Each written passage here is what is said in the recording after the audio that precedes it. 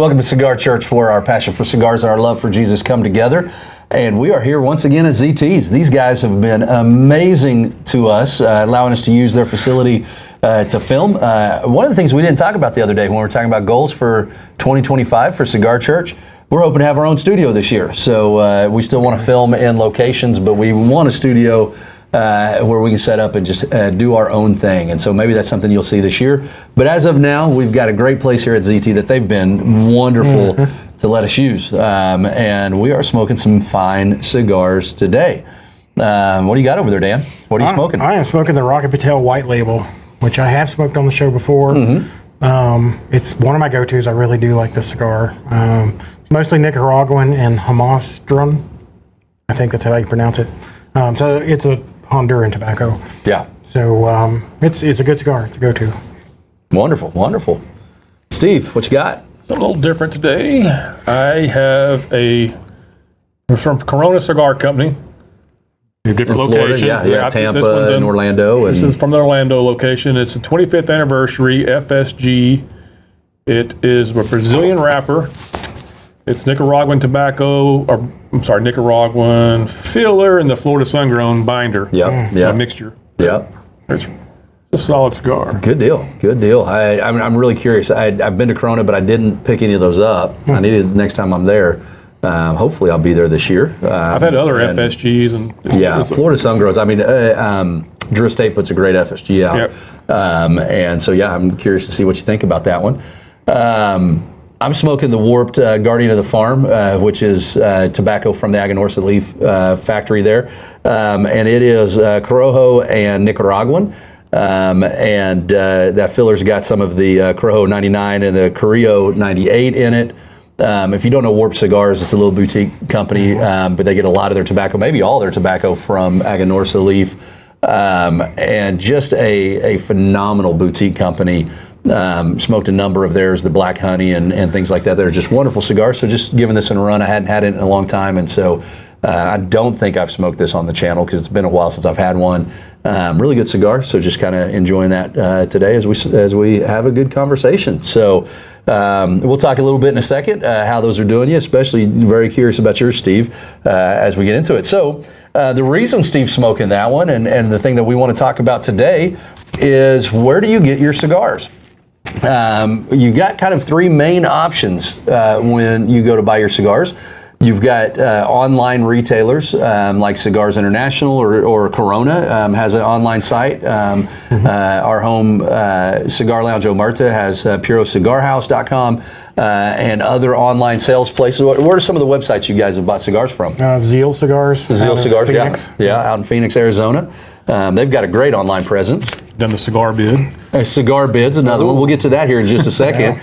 Talk about some auction sites. Atlantic Cigar Company. Famous Smokes out there. Yeah, Famous Smoke. JR. Yeah, Renegade's got a good one as well too. Another option online, you just brought it up, Cigar Bid. You guys ever bought anything off of a cigar auction site? I have not. You have not? I've not. I've browsed them, but I've never. Okay, so we're going to turn our back to you for a second. No. What's your experience on a Cigar Bid site? Or cigar auction site, Cigar Bids? If you're not careful, it can be really addicting. It is really addicting. You can get some good deals. Oh, there's especially Cigar Bid. There is some good deals on there. It's hard not to find something, and you keep finding something, and you keep finding something. So it's best sometimes just to stay off of there. Hence why I don't do that. Yeah, I've purchased off Cigar Bid a couple times, and I have a very addictive behavior. If you can find cigars you like on there, you can get a good bundle of it. Yes. And it's a great website. We're not bashing any of the auction sites. There's multiple auction sites out there, and it is a great way to get a large amount of cigars at reasonable prices, cheaper usually than retail, if you know what you're looking for. But you got to be careful, man. You got to be careful. I found myself looking for one cigar the first time I was on Cigar Bid. I was looking for one specific cigar. It's been out of production for a very long time. It was a sun-grown, the H. Upmann sun-grown. You've heard me talk about this on the channel before. My very first cigar I ever smoked was an H. Upmann sun-grown. and they don't make it anymore as far as I know. For a while I could find it on Atlantic Cigar Company's website. They're out of it. And so I found them on Cigar Bid. And so I'm on there and I found them a great price. And so I you got where you can bid or you can buy now, all that kind of stuff. And just somehow I ended up with about 6 other lots of cigars. And before, I thought I was going to go in there and spend about $100-120. Then before you knew it, I spent $500. And I'm not sure if it was episode before. I think it was before you mentioned your competitive nature. Yes. So you get those bids, you get where you don't want to lose. I know. And it can also get you that way. Yeah, and it has. So I don't spend a lot of time on it, but some of you guys have, and if you've had a good experience on some of those auction sites, let us know. Tell us, some of your favorite ones. Plug those in the comments below, and also let us know about what websites you like to go to. We all know about Cigars International. We all know about some of those big houses, but maybe you found a nice little spot that has some great deals, and you want us to let us know about it. But really, the main reason that we wanted to talk about this is the brick and mortar, the B&Ms. This is a really important thing and something we're passionate about. One of the reasons we do a lot of humidor tours on our show is we recognize that the mom and pop shops struggle against the big houses. And it is a very competitive industry to be in the cigar world. And we want to encourage you to go to your local cigar shop. Some of you live in areas that don't have any cigar shops, so we get it. But if you have a cigar shop, a brick and mortar in your community, we would love for you to go there and spend your money there. Listen, it is better for you to spend $1 more on a cigar from your local place than to buy it online for $1 cheaper. And I recognize when you're buying a full box or buying a couple boxes, that starts to add up. But if you can keep your money in your community and support a local business, that's a better way to go. And one of the reasons we want to talk about it is we're here at one of our favorite places, ZT Cigars. And when you walk into ZT, you're met with friendly people. You get to know your staff. One thing that ZT has started doing is they've got a point of sale now that keeps track of your purchases, so they know if you come in and you smoke something new, like the Guardian of the Farm, and you liked it and you go back and you're like, I can't remember what that cigar was. They can look that up and tell you, hey, here's what you smoked last time. Is that the one that you smoked? And they also can kind of build your profile for you on that, which is really cool. So you kind of can find some suggestions of things you might not be looking for online because you haven't heard of it before, but they've got an option for you in there. What are some really unique finds you guys have had in local brick and mortars? You ever come across anything just wild, like you were like, oh my gosh, I've got to try that, right? That's something that I didn't even consider. Well, I don't know if it's wild or not, but last time we were in the ZTs, you bought that, what is it called? For the Trinity episode, you bought the Calibre. Calibre. Yeah. That was a... Yeah, I picked one up today, actually. That's what I'm saying, There. Yeah, we're going to smoke those on an episode. You don't know this, guys, but we lost one episode in season 1. The one episode we lost, we talked about the Calibre cigar, which is 3 cigars rolled in one, talking about the Trinity and having that conversation. And I had to pick up another one because there's one today here that I hadn't seen yet. So you'll get to see it pretty soon. And most cigar lounge or cigar humidors, they have a new area for stuff that just dropped. Right. New releases and that kind of thing. I had an experience one time. We were on the way, we're doing a family vacation out to California, and somewhere in the middle of New Mexico or Arizona or whatever, I can't remember where it was, but it was this little hole in the wall shop that we stopped for gas, and they had a souvenir, area, and we go inside. My boys, were younger, and they're, looking for whatever, little trinket, souvenir, or whatever. And I notice in the back they've got a big humidor, and so of course I'm drawn to that. I go in the back and go into their humidor, and they had some of the original first run Drew Estate stuff, and I don't know if it's just people didn't know they were out there or didn't, think about going out there for cigars. But at the time, they had to be at least 8 years old, 7, 8 years old. And I look over, and they've got 2 of the Drew Estate eggs, or both the Connecticut and the Maduro. They had a few of each one, so I bought one of each. And those have been extremely hard to find. They were hard to find then, and because I stopped into a brick and mortar, was able to get something I'd never smoked before, and was able to smoke those. Matter of fact, I smoked one of those with Jonathan Drew when he came to Oklahoma City for our first anniversary of Omerta.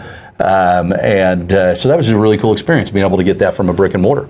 A lot of times, brick and mortars have their house blends. Yeah, Right, Yeah, And a lot of times, there's some good house blends out there. at an Yeah. affordable price. Yeah, the house blend that we had at the one in Joplin, one of my El Guapos in Joplin, they had a pretty solid house blend there. We enjoyed that.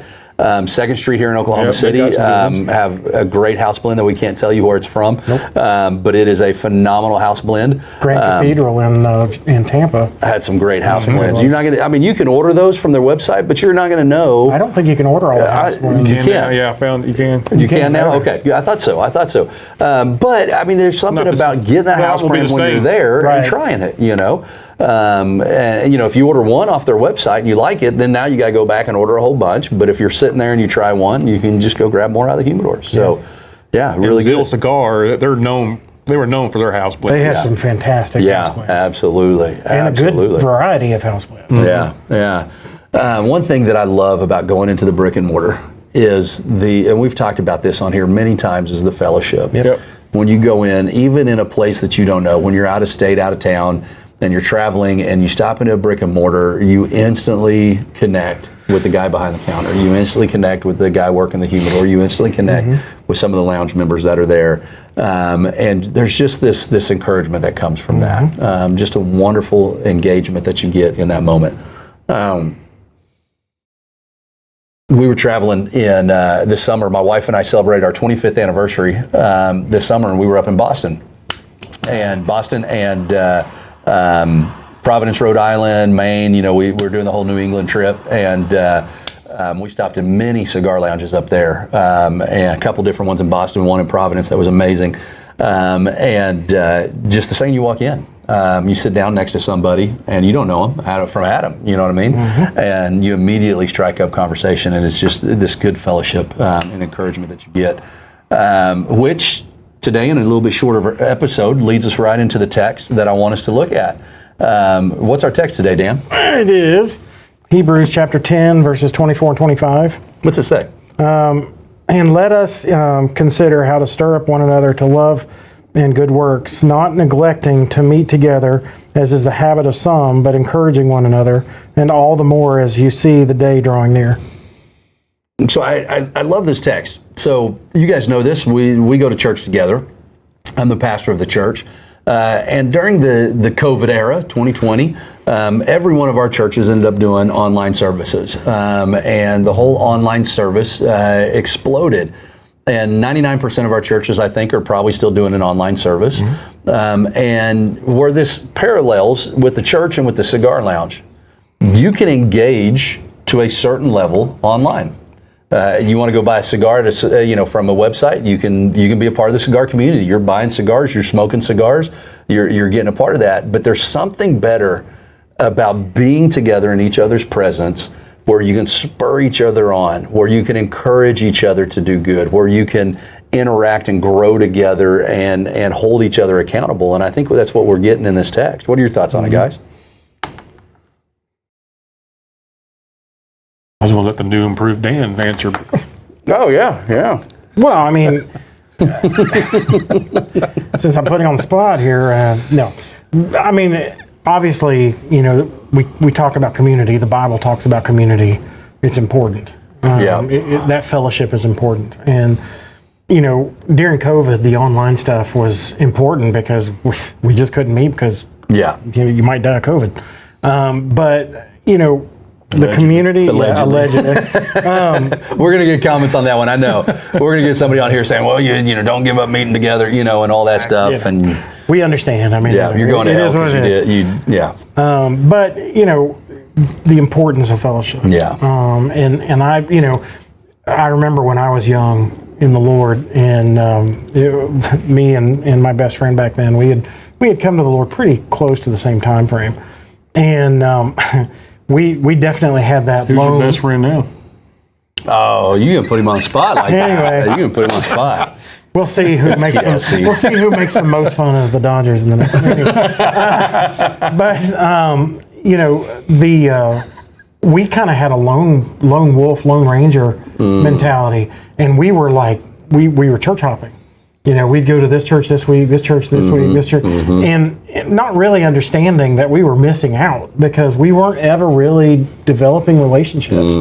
And when you're in and out, or you're an occasional, churchgoer where you might go once every 2 months, you're missing out because you're missing those relationships and those, stretching and pulling, on your your theology and what you believe, because that's important. Yeah. Because I think if you're by yourself, you can come up with some pretty weird theology. Yeah. I mean, We haven't seen that, have we? No, never. But no, I mean, that's a great point, Dan, and that's kind of the point we're trying to make today. Is it's fine if you want to buy a bunch of your cigars online. That's great, and there's some great online communities. There's great Facebook groups. There's great forums, those types of things. But there's nothing like going to your brick and mortar, getting cigars out of a physical humidor, talking to the reps, talking to the salesman, whoever's that's there, and interacting with the members of the lounge, and sitting and having that encouragement and that give and take in that relationship. And so if you haven't done that, and wherever you're at, even if you got to drive a little bit, go and at least spend part of your cigar time in a brick and mortar, support the local guys, and be a vital part, be an intricate part of your lounge. You're going to add something that they need, and they're going to give you something that you need. So, In most places, whether you're a member or not, you buy a cigar, you can smoke it there, then that's when you make those connections. Yeah, I've never been in a lounge that had a members-only area where they were like, no, you can't come in here even if you buy cigars. So usually there might be a minimum. I'm sure there's a few. $20 minimum or something like that, where if you spend $20, you can go back for the day and sit back there. But take advantage of those places where you have the opportunity to go and try to get him in trouble. They're not that expensive. No, I mean that might be like 2 or 3 cigars. I'm not trying to get him in trouble. I'm not saying buy one $20 cigar. Hey, that's between him and his wife and his in-laws. We're not going to get in on that. You Dodgers fans, I don't know what to do with you guys. Just messing, bro. So let it be an encouragement to you to be a part of a community, be a part of a cigar community. I mean, you can be a part of this community here on YouTube and interact with us, but you're not going to get as much out of it if you're not going and joining a lounge and interacting with the guys and gals there. And so stir each other up to good deeds. That's our encouragement today. Dan, what do you got for us as we close out, brother? Hey, if you like the channel and you watch our videos, please subscribe if you haven't already, and tickle the bell icon to be notified when new videos drop. Like the videos and share the videos to spread the word. Yeah, absolutely. Get the word out there. If you got any prayer requests, you can email us at contactcigarchurch@gmail.com, stevecigarchurch@gmail.com, or you can also put a prayer in the comments below. And go find you an FSG cigar. I think it's pretty good. Pretty good. like Pretty good. You enjoying yours too? I do, yeah. Good deal. This one's smoking. I love the flavor. It's smoking a little bit tight, and it may just be the one I've got. And for that size, yeah, that's a little bit rare. It's burning even and all that, and maybe I was just talking a little bit too much, but it feels a little tight on me. Great flavor. Really enjoying it. I'll smoke them again and give it another shot. So until next time, smoke a fine cigar to the glory of God. We'll see you next week.